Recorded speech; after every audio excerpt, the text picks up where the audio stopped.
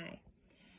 The goals for SFBT and narrative therapy for Olivia are very similar with these two therapies. They're both client driven. The client is the expert, and the counselor comes alongside and helps the client set up their own goals and priorities.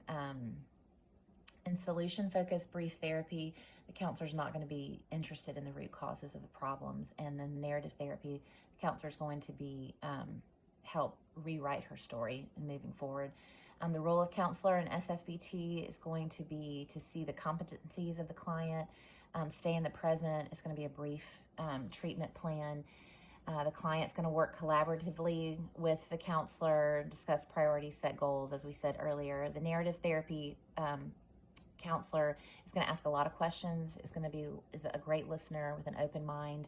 Schwitzer and Rubin 2014 discussed bracketing our belief systems, having a not knowing stance that Corey 2021 discusses is something that counselor will have. Counselor will offer positive feedback, just a positive source, and the client will partner with this counselor and try to perform the assignments that and the challenges the counselor might ask as she rewrites her story, reframes it.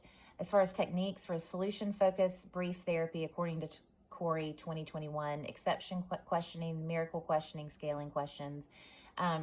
Techniques for narrative therapy, according to Corey 2021, externalization and deconstruction, reframing stories, seeking audience support. Maybe she'll look into her church community or even her family. Therapeutic lettering is discussed in TAN 2022 as possible techniques. Incorporating a biblical perspective, SFBT, I feel like since it focuses on the present, Philippians 3:13, talking about what lies behind and straining forward to what lies ahead. I think that's a good jumping spot to just focus on the present and how we can incorporate change in our present. As far as the narrative therapy, integrating in a biblical perspective, I just really appreciate how Corey 2021 discusses that we are authors of our story. And it just kind of reminds me of the verse Hebrews 12:2, that Christ is the author and perfecter of our faith. And so looking to him as the ultimate writer of our stories and how we can trust him in the story he's given us. SFBT, I feel like, is not as compatible with biblical worldview, mainly according to TAN 2022. What was brought up is that the truth is subjective. I also feel like because it doesn't focus on root causes of problems, I feel like a lot of our motivations for our behaviors and our beliefs are driven from our core, our sin issues. So I think that can be problematic. The narrative therapy, I feel like, is a little more conducive and compatible with biblical worldviews. And I feel like just because it involves biblical truths, like trusting in the story we're given, surrendering to the stories that we're in, the life that we're in, and how we can move forward and make changes with what we're given.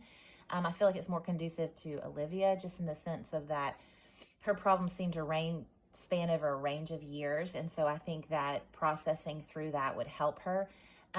I feel a little more comfortable with the narrative therapy, just in the sense that it makes me think of Philippians 1:6. He who began a good work in you will be faithful to complete it. I just feel like God has written our stories. He's given us a life, and there are things that we can't change about it, but there are things that we can, and we can reframe things. And so I just would love to encourage others to walk in that truth.